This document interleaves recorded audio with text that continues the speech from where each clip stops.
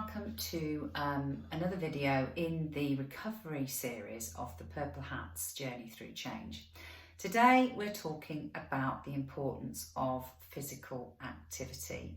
This leads on from the videos that we've done around getting a good night's sleep and practicing mindfulness, all things that I believe in that immediate period of time after you've experienced the first bit of news about a disruptive change such as redundancy, divorce, or possibly an illness.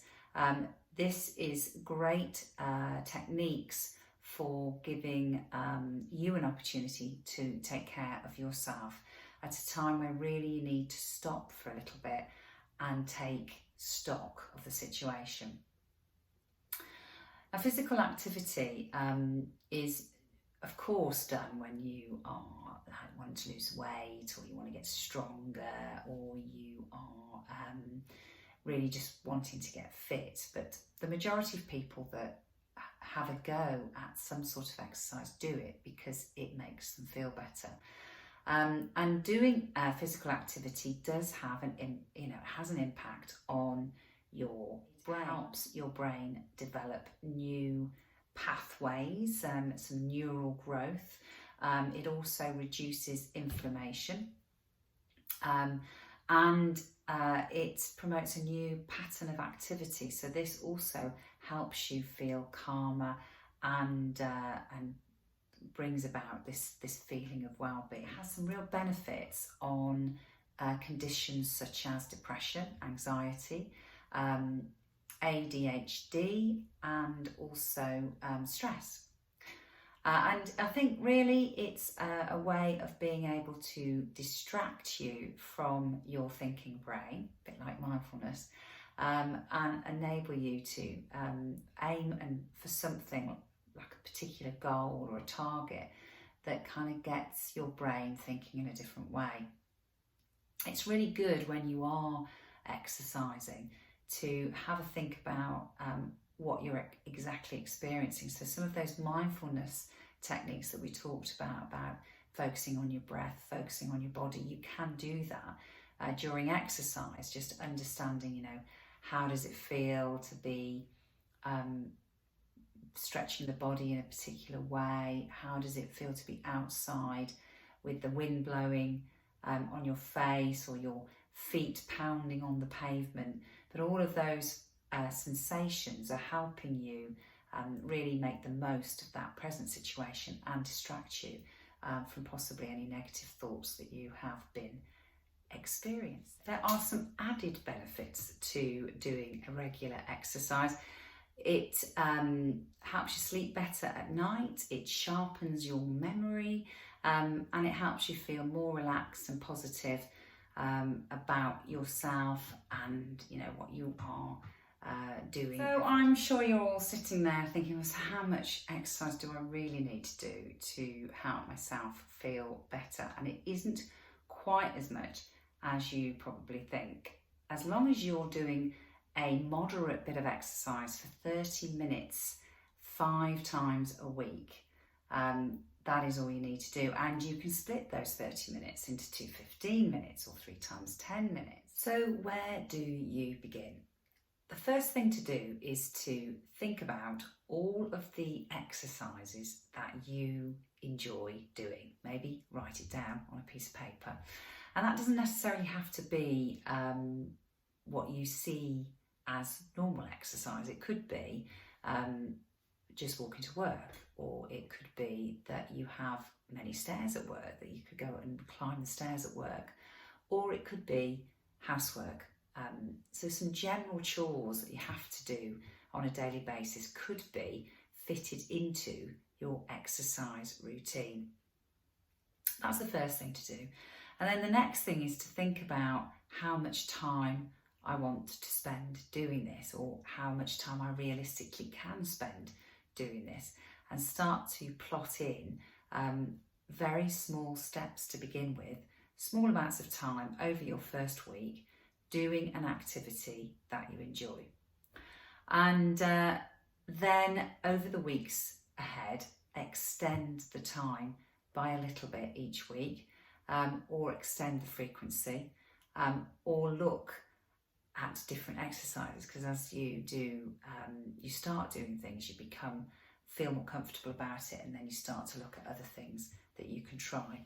An example, I suppose, is how I did it. So being very fit, I had my surgery to remove the cancerous lump, so I was recovering from that operation. So what I did to start with was go out for some small walks with the dog, and I did that most days, would go out even if it was just for 15 minutes, just to get outside and walk. I also looked at doing short bursts of yoga, so I did found some apps on the phone, and if you need any help with those sorts of information, then please put a comment in the box and I can advise you where I went. But there's some great apps on the phone which can give you a 10-minute or an 8-minute workout on yoga or Pilates. So I started doing that very gently, and built the time up with yoga and Pilates. Started to do it, it was twice a week to start with, and it was 3 times a week. And then as I started to feel better and fitter, I then started to feel the need to do more. So the walks got longer. I started to look, because we were in lockdown, at what was out there on Zoom and on the web that I could pick up. So I looked at the Davina workouts.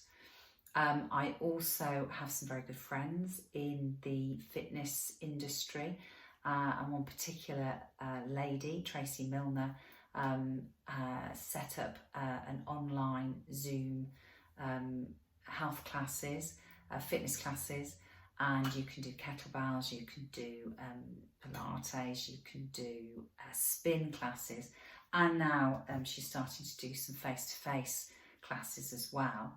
Again, if you need the details for that, just put it in the comments and I can pass that on to you. But it was starting to up the ante, really, starting to up the aerobic exercise.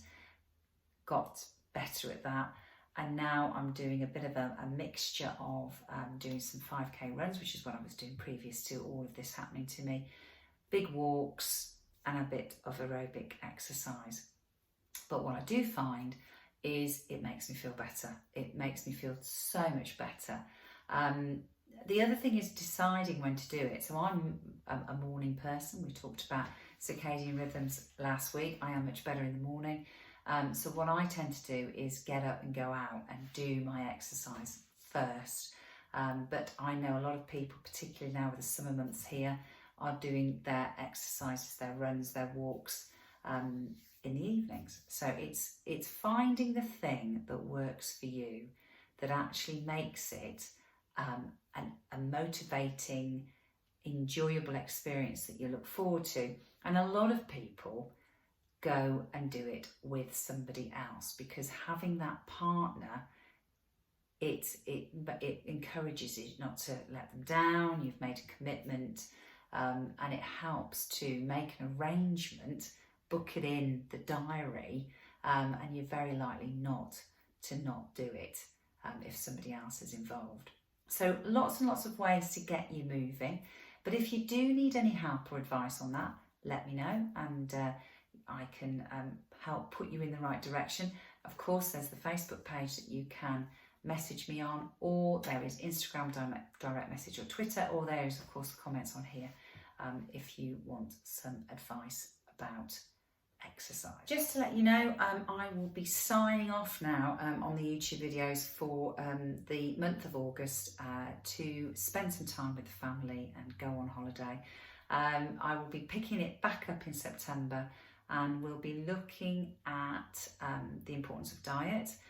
We'll also be looking at a way of assessing the current situation you're in with some of the things that we've talked about, but also your mindset in terms of moving into the reinvent, recreate phase, which is the one following recovery, to start looking at what is next for me now, and how can I create my best life. Anyway, take care and have a brilliant summer.